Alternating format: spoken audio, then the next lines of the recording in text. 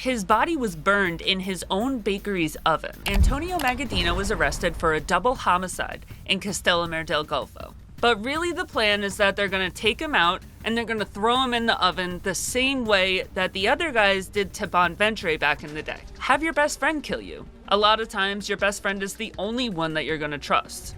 Hey everybody, welcome back to my channel. Thanks so much for tuning in. My name is Dana Trupiana and I cover infamous gangsters every week in a true crime-like format. My show, Mob Times, comes out every Tuesday. So let's go ahead and get started on this gangster. We'll go over the whole entire life and legacy of the late, great Stefano Magaddino.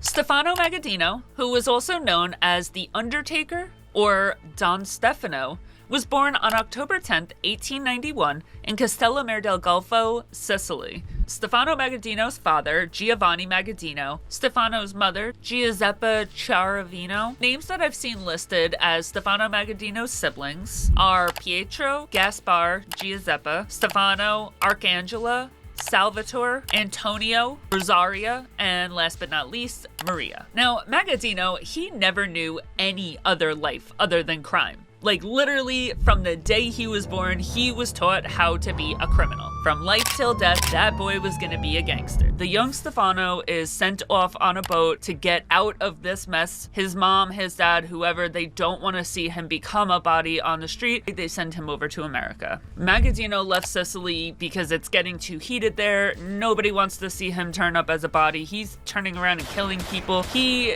leaves, he heads for the United States. Not really much happens with him while he's in America until around 1913 when he marries Carmela Corrado, and together they have 4 children. They had Peter in 1917, Josephine in 1919, Angeline in 1921, and Arcangela in 1925. When he got here, Magaddino quickly became a very powerful component of the 𝐃𝐚𝐧𝐚 faction here in America. When he got there to the 𝐾𝐶 little settlement in Brooklyn, he quickly rose through the ranks and became a really integral part of the 𝐾𝐶 clan. He became an advisor for a street enforcer named Giuseppe Pepe Bonanno, who is Joseph Bonanno's father. I'm a little confused because I read before that Salvatore Bonanno was Joseph Bonanno's father, and now I'm seeing Giuseppe Bonanno is his father. I don't know.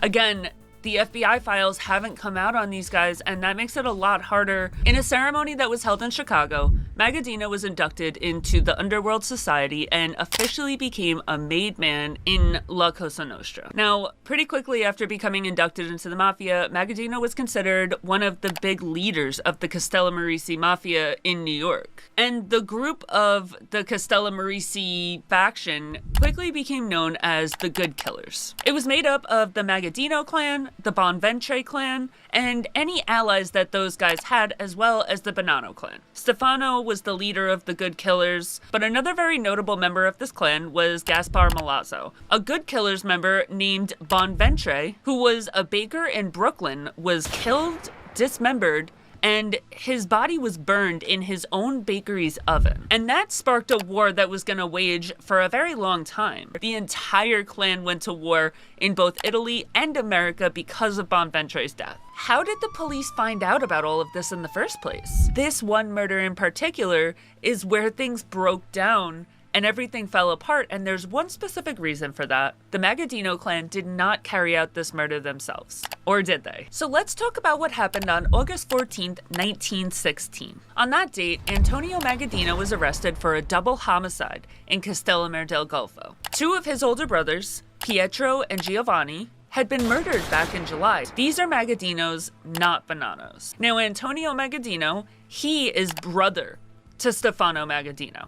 Pietro and Giovanni are also Stefano Magaddino's brothers. So when Antonio Magaddino turned around and carried out murders in retaliation for the murder of Pietro and Giovanni, Stefano is over here in America, so he probably had nothing to do with the murders that Antonio carried out, but he is just as pissed. He just lost 2 brothers, blood brothers. Now, Antonio was released in 1917 when it was determined that there really wasn't enough evidence to hold him or charge him with these murders. Even though we all know that he did it, what are you gonna do? You're not gonna be able to get a guilty verdict, so they release him. See, Antonio killed these guys because they were the ones that actually planned and carried out the murders of his 2 brothers. But there was a third man, 𝐃𝐚𝐧𝐚, who also had a hand in the murder of the two Magaddino brothers. And Antonio wasn't able to get his hands on him because he jumped a ship and was headed for the good old US of A. The 𝐃𝐚𝐧𝐚 clan in New York got word that Camillo 𝐃𝐻𝐻 is on his way over and that he will be arriving in America very soon. And that 𝐃𝐻𝐻 was believed to be an accomplice in the murder of Pietro and Giovanni's murders. And after he committed the murder, he fled Sicily for New York. That is perfect for Stefano Magaddino and Gaspar Milazzo and Joseph Bonanno. They are currently in New York. So they are over here and they are itching to get their hands on this boy. In August of 1921, a barber named Bartolo Fontana turns himself into the New York City police officers, and he admits to a murder. He admits to killing Camillo 𝐃𝐻𝐻 in Avon, New Jersey on July 26, 1921, only a few weeks after he's walking into this police headquarters. The Good Killers gang ordered Bartolo Fontana to kill 𝐃𝐻𝐻 for his role in the murder of Stefano Magaddino's two brothers. But wait a minute, how did we get here? Who the hell is Bartolo Fontana? According to Fontana, he was confronted by three members of the Good Killers who proceeded to press the muzzles of their guns into his stomach and told him that if he didn't carry out this murder, they would blow him to pieces. He had only been roped into this murder because he had one particular thing that made the Good Killers interested in him. He was best friends with a man named Camillo 𝐃𝐻𝐻. And that is actually a pretty common tactic that the Mafia will use.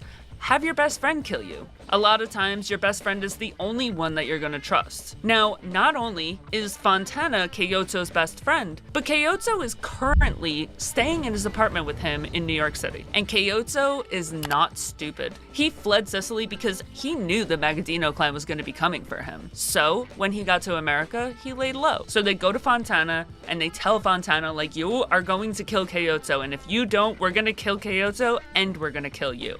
Fontana doesn't want to die, so he invites 𝐃𝐻𝐻 to go duck hunting with him. The two men headed to the River Inn in Neptune City. 𝐃𝐻𝐻 and his best friend Fontana head off into the woods with their guns to go hunt these ducks. And Fontana just randomly pulls out a gun and puts a hole in 𝐃𝐻𝐻's back and his side. And 𝐃𝐻𝐻 never saw it coming. Two other members of the Good Killers, Francesco Puma and Giuseppe Lombardi, went to the cabin with Bartolo Fontana. Fontana knows that Puma and Lombardi are at the cabin waiting. Lombardi is sitting around. He's sitting in the common space, probably like a reception area, and he's sitting around waiting on word for what happened from Fontana. Fontana comes in from murdering his best friend. He goes to Lombardi and he tells him that the deed is done, and Lombardi takes over from there. Lombardi and Puma get to work and they start brainstorming on what to do with the body. And Fontana has also now looped in the owner of the inn. They all work together to figure out what to do with this body,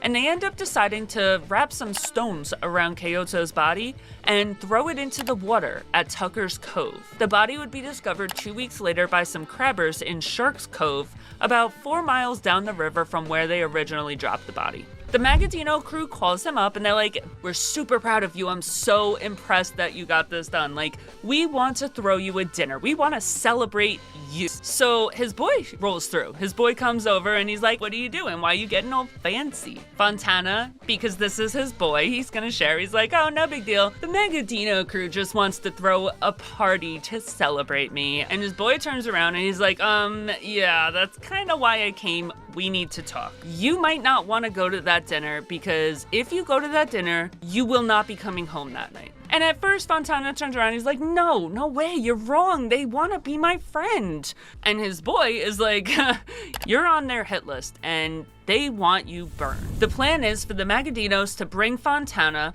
to a bakery that's owned by one of their people, and this is where the celebratory dinner is supposed to take place. But really the plan is that they're gonna take him out and they're gonna throw him in the oven the same way that the other guys did that to Bonventre back in the day. So Fontana hears this and he's like, oh, hell no. So I was gonna try to get the entire story about Fontana and everything that he says and all the damage that he caused. I was gonna try to get it all into this episode, but I think there's just way too much on it. So I think I'm gonna finish up Fontana's story in the next part. So make sure you tune in next time because I'm leaving you guys on the hook a little and I want you to come back. So see you next week.